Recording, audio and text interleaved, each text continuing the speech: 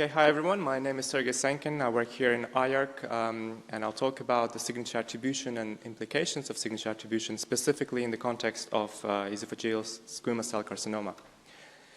So it's been already described what mutational signatures are, so I'm not going to talk about. What I'm going to focus on is the problem of signature attribution, and it's basically a complex deconvolution problem that we have. In this particular case, we're looking at sample-by-sample signature attribution with known signatures that have been extracted previously. So here are some examples. At the top you see the apobex that have been mentioned. At the bottom you see signature 5, for example, signature 40, which are a lot different. You see they are more flat. And the main problem is that some signatures are easier to attribute than others.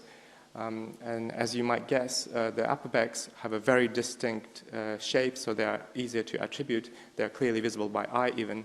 However, when you look at the flat signatures, they are sort of more difficult to disentangle from each other. So the attribution performance really depends on features of input data. One feature that I mentioned is the similarity or interference between the underlying signatures, such as the flat signatures. But also, we found that the attribution performance depends on levels of noise in the simulation studies.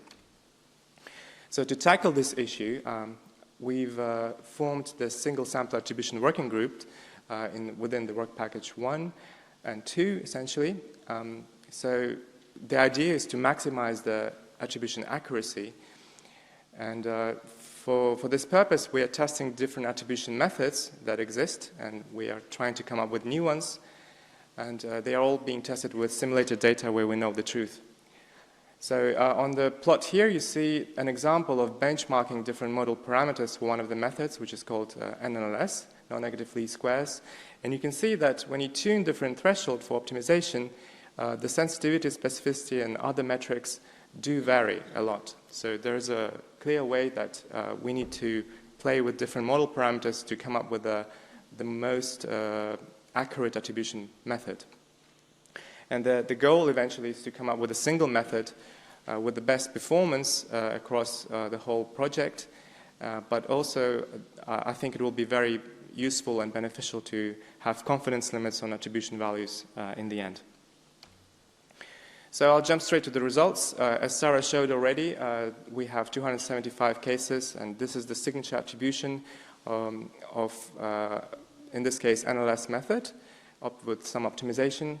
So in this case, I'm showing the 192 context, which is a bit of a higher context than 96. So that also includes the transcriptional information from strands.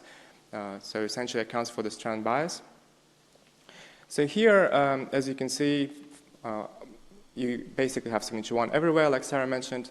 What I'm going to focus on is signature 16, which is very prevalent in Japan, also in China, and you basically can't see it in Iran, but you also see some of it in Kenya and Tanzania.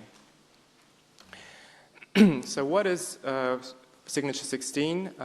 We see that it has a very specific shape with 3 sort of towers in the T2C mutations, specifically in ATN trinucleotides.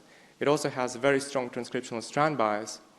The etiology so far has been unknown, although it has already been linked to alcohol consumption. So far, it's been mostly found in liver cancer cases, but also a handful of them, I think this is the PEACOCK data, has been found in the esophageal adenocarcinoma, but also head and neck and biliary adenocarcinoma. So to shed light on it, we looked at it in different countries, but also tried to regress it with the alcohol consumption. And we do see as well that it is clearly associated with alcohol consumption. It is much stronger in current drinkers, a bit less strong in ex-drinkers, and basically you don't see it in never drinkers. And the significance appears to be very strong. Also, as Sarah mentioned, it's almost, it's not predominantly seen in Japan, but it's seen predominantly in Japan, but it is also seen in other countries like Kenya, Tanzania, but to a lesser degree in Iran and China. And there was a question about the association with a particular germline variant, and here it is. This is the LDH2 Asian flushing germline variant for a particular allele called RS671A, and which has been linked already with alcohol metabolism and esophageal cancer risk. And you see that it's very strongly associated with this particular germline variant. You basically see that the frequency of the attribution of signature 16 is a lot higher when you have this germline variant. And this is mainly driven by Japanese cohort, where the significance is strong. But this is basically due to the fact that this germline variant is almost exclusively found in Asian countries. In fact, we only see it in Japan and China in our cohort. We also see the association with tobacco smoking, as you can see here. It's a bit less strong, and we think that it's likely due to confounding of alcohol and tobacco, because when we look at never drinkers here, we see no association at all, and we don't see any association in Iranian cohort, which is known to basically they don't drink alcohol. And we see very low signature 16 attribution, which suggests that this signature is likely not related to smoking. Also, when you look at never smokers, the statistical power becomes very low, essentially because most of the drinkers smoke.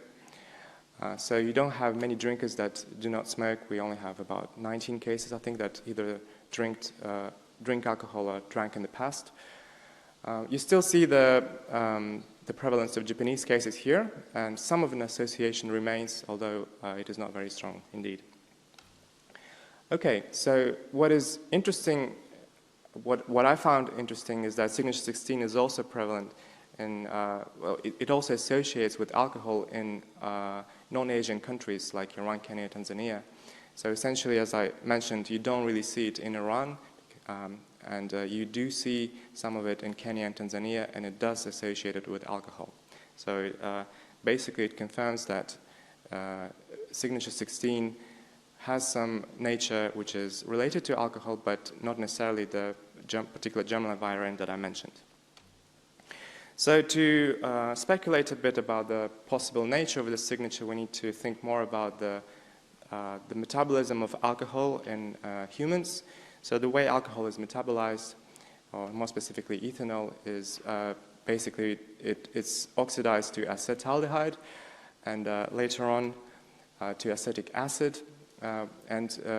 This process is encoded by this gene called LDH2, which we found the germline variant in some Asian cases. And we also know that acetaldehyde is very toxic, and basically the hypothesis is that it leads to esophageal cancer. So since we do find a lot of signature 16 in cases where we have this particular germline variant, we think that basically in those cases we have an excess of acetaldehyde, and this suggests that the nature of a signature 16 is possibly due to acetaldehyde and not alcohol per se. And also it's been shown that this particular germline variant is typically associated with lower alcohol consumption. Sometimes it even has a protective effect, obviously because it's harder to drink alcohol for people with this Asian flushing syndrome.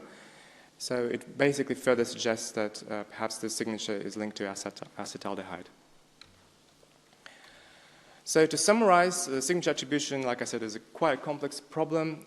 With data so far, I decided to show this signature 16 because we have most confidence in the attribution of it, because it's not flat, it's very particular in the shape.